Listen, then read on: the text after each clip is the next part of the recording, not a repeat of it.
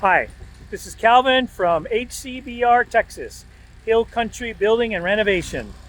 This is my third video for today because we've done a lot of things out here at Ghost Dancer Ranch for our customers who are developing a, they are doing a event center. So I've got a video showing this building here that we put together. And the other building over there on the right hand side, we did that one as well. So I just got done doing that video. So what's next? What is next here? So in having a corporate retreat center, you got to have some capacity for people to stay overnight. So this area here might be hard to see all of it, but I'm going to walk through and we're going to talk about this. So this was just choked with cedar trees. We had it cleared and they wanted to have some RV spots. It's a little noisy because we got the welding equipment running. But what we are doing here is that we are building a steel structure for an elevated slab. And they have purchased some like tiny homes on wheels. They're not RVs, but they have wheels, and they want to park those on this side over here on this slope to take advantage of the view that they get here. So this is a pretty aggressive idea here. Not that it has never been done before. But we tried to price this out in the conventional way that you do concrete slabs on a slope, and the cost was just, it was too much, way too much. So I've done elevated slabs before for a balcony, and so I designed this. So you can see that for each slab we have 6 24-inch piers that go down as far as we can.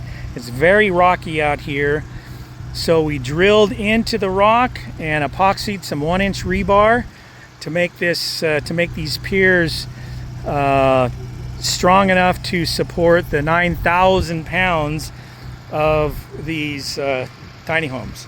So on this side, we just put this road in last week. Makes it very nice to be able to work here and get in and out.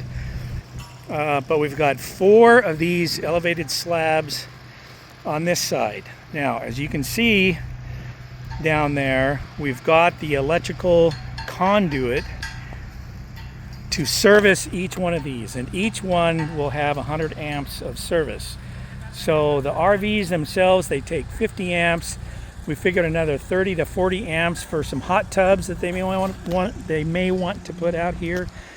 So this conduit goes all the way across here. It goes underneath the road here. This is when they bought this property, these canvas tents, yurts, were already here. So there's 4 or 5 of those here. They were already. So they're kind of adding to what was done here. So it's a very interesting piece of property. So up here on the upper side, we have 4 more slabs, but they're going to be poured on grade, which means is that we're going to build up each one of these pads with road base, compact it, and then pour a slab on top. So that's a lot easier than doing the suspended slabs. So we've already got the sewer and the water and the power run up here for these 4 slabs. So the water and sewer go out across here and they tie in down there by that yurt down there. So there's a clean out for the sewer. The power continues across this road and goes over to the service that we recently put in not too long ago. So there's 800 amps coming out of this to be able to service all these slabs. So they will be able to put 8 of their tiny home units here. They're planning on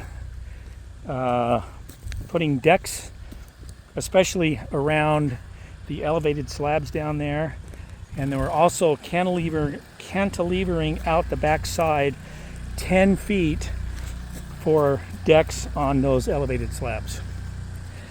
Anyways, a lot of planning. We did a lot of planning.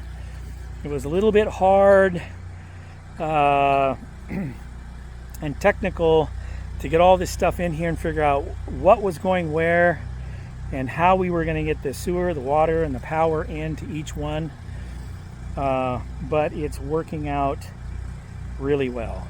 So we do difficult jobs. We do things that other people may tackle but maybe not work out so well. So we have a lot of experience in doing this kind of thing. And so again, you know, I always ask the question, what's your next awesome project and how can we help you out with that?